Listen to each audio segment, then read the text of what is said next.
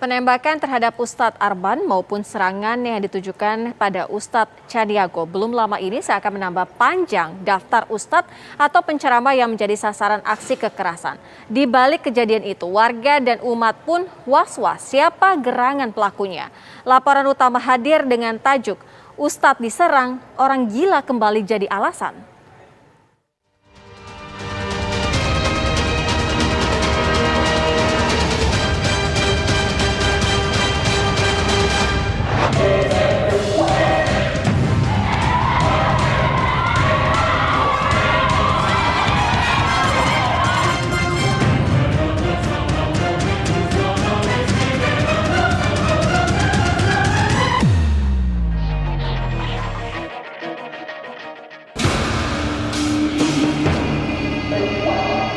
Ancaman keselamatan terhadap Ustadz tampaknya masih mengintai.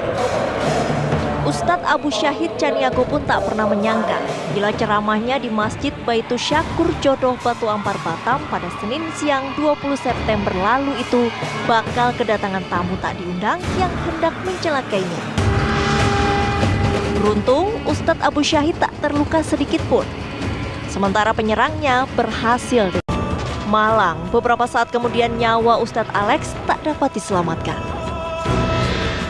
Kejadian yang menimpa Ustadz Abu Syahid dan Ustadz Alex dalam waktu yang berdekatan itu terang saja memantik tanya, mengapa aksi kekerasan serupa ini terulang lagi? Ada beberapa hal. Pertama, mungkin karena tidak adanya sanksi hukum yang sangat keras, sangat tegas kepada mereka-mereka para pelaku kejahatan teror terhadap para ustadz, para guru ngaji, para imam, para kiai tersebut. Tiadanya hukum yang sangat keras membuat orang kemudian melakukan tindakan ini berulang. Nomor dua, mungkin juga karena mereka-mereka yang kemudian tertangkap sering kemudian disebut sebagai orang dengan gejala jiwa atau orang dengan penyakit jiwa, sehingga kemudian tidak dilanjutkan tindakan hukum.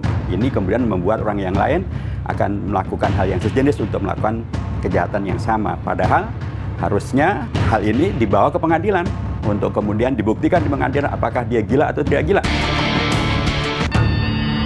Terulangnya tindak kekerasan terhadap ustadz maupun tokoh agama yang baru-baru ini terjadi sepatutnya tidak dipandang sebelah mata.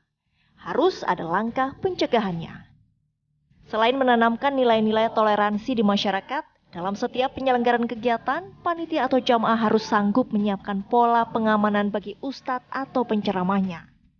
Tidak kalah penting dari itu, orang-orang yang bertanggung jawab atas mereka yang dianggap mengalami gangguan kejiwaan pun juga dituntut waspada. Permasalahan juga bisa terjadi karena dalam tanda kutip keamanan yang kemudian membersamai para ustadz tidak terdapat dengan maksimal. Maksud saya, perlindungan kepada para ustadz tidak diberikan secara maksimal.